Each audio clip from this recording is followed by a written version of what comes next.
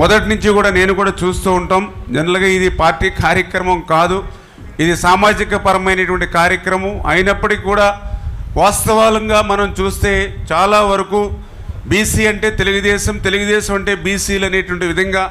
అందులో కూడా గౌడ శెట్టి బలిజీలు ఎప్పుడు కూడా మరి ఈ పార్టీకి ఎప్పుడు కూడా అండగా ఉండేటువంటి విధంగా, అందులో కూడా నేను కూడా 2014లో ఆ రోజు శాసనసభ్యుడిగా కానీ, 2019లో శాసనసభ్యుడిగా కానీ,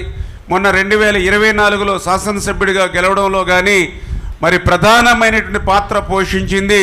మరి ఆ రోజు ఉన్నటువంటి బీసీలు, ఆ బీసీలు యొక్క గౌడ శెట్టి బలిజ వర్గీయులు, మరి ఎస్సీలు అనే విషయాన్ని ఎప్పుడు కూడా నేను గుర్తుపెట్టుకుంటా. అందులో భాగంగానే ఆ రకంగా నన్ను గెలిపించి ఆశీర్వదించినటువంటి విషయంలో ప్రధాన పాత్ర పోషించినటువంటి ఆ గౌడ శెట్టి బలిజ వర్గీయులకు వాళ్ళ రుణం తీర్చుకునేటువంటి విధంగా పనిచేయాలనేటువంటి సంకల్పంతో